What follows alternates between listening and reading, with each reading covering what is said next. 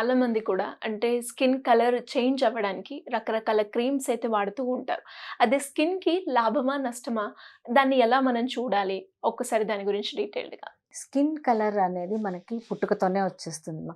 So, ఇప్పుడు అది genetically determined skin colour అనేది. అంటే ఎన్ని మెలనోసైట్స్ స్కిన్‌లో ఉన్నాయి అనేది ఒకటి పాయింట్ అయితే, ఆ మెలనోసైట్స్ ఎంత మెలనిన్‌ని ఉత్పత్తి ప్రొడ్యూస్ చేస్తున్నాయి చేస్తుంది. అనేది కూడా పాయింట్. సో, ఈ రెండిటి మీద స్కిన్ కలర్ అనేది ఆధారపడి ఉంటుంది. సో, మనం స్కిన్ కలర్ బేసిక్‌గా జెనెటిక్‌గా ఏదైతే ఉందో దాన్ని మనం మార్చలేము. ఈ క్రీమ్స్ కానీ, ట్రీట్మెంట్స్ కానీ ఇవేవైనా కూడా స్కిన్ కలర్‌ని కొంచెం ఇంప్రూవ్ చేస్తాయి. అంటే ఇప్పుడు మనము బయటకు వెళ్తాం. సో, పొల్యూషన్ ఉంటుంది. తర్వాత సన్ ఎక్స్‌పోజర్. ఈ సన్ కూడా డ్యామేజ్ చేస్తుంది. సో, ట్యాన్ వస్తుంది దాంతో.